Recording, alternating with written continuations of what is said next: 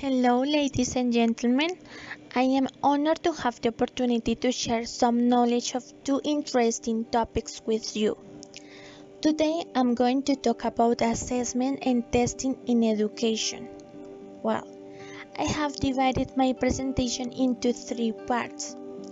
First, I'll explain what assessment is and the different types of assessment. Then I'll move on to talk about what testing is and the different types at the end. I'll tell you some possible differences between them. Right. So first, let me start with two definitions of assessment that different authors have given.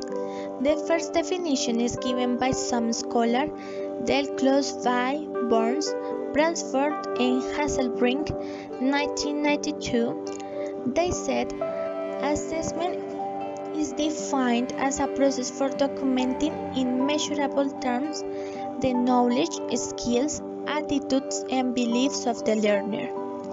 And the second definition, you can find it in A Guide to the Principal Goals and Methods of Determining College Outcomes by Erwin, 1991, who said, assessment is the systematic basis for making inferences about the learning and development of students. It is the process of defining, selecting, designing, collecting, analyzing, interpreting, and using information to increase students' learning and development. Thus, taking into account the definitions I shared with you previously, I can say that assessment is the process in which a person can measure and analyze in a qualitative way how the learning process of our students have been developed. In this way, we as teachers can help our students to improve in their learning process by letting them know what their strengths and weaknesses are.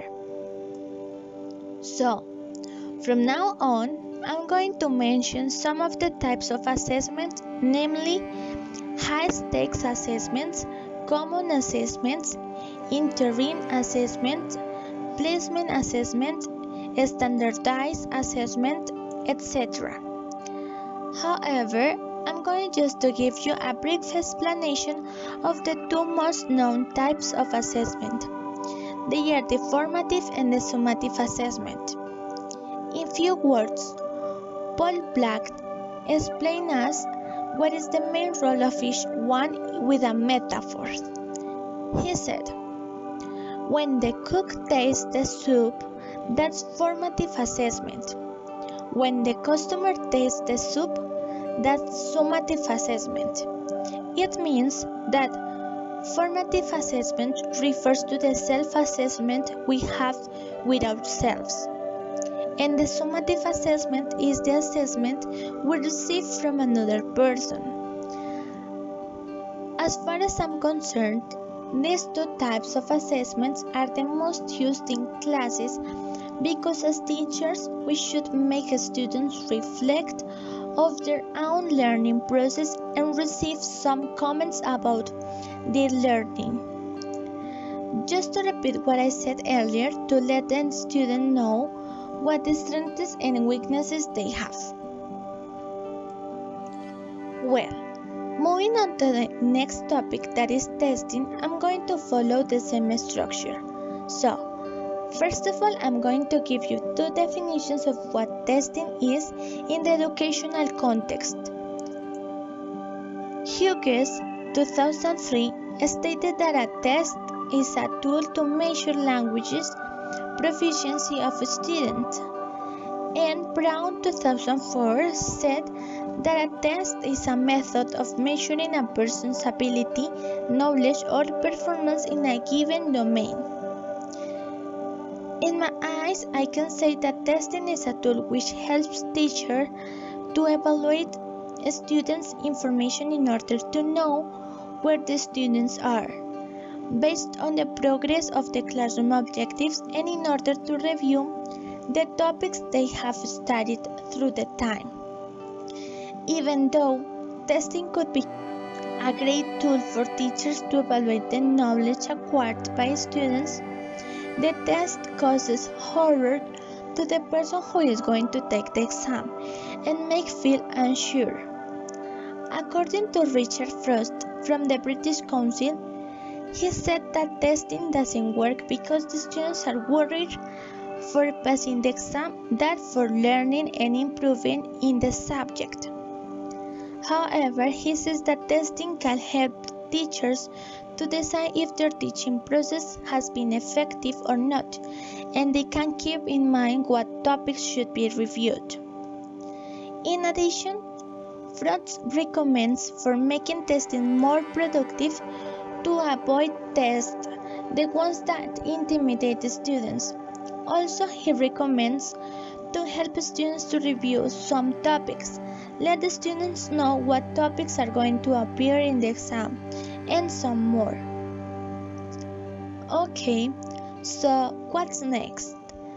I'll give you 5 seconds to think what I should explain now.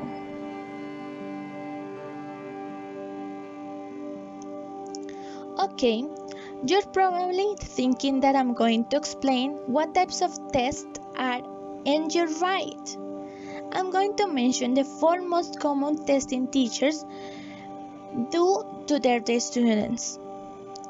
They are diagnostic testing, formative testing, benchmark testing, and the last, summative testing.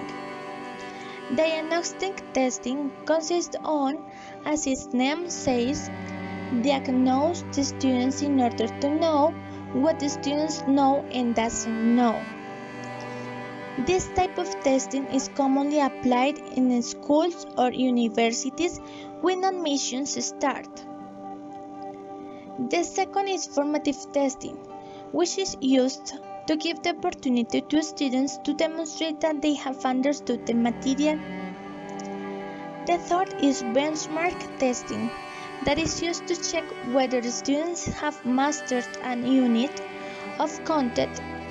This test is given during or after a classroom focuses on a section material.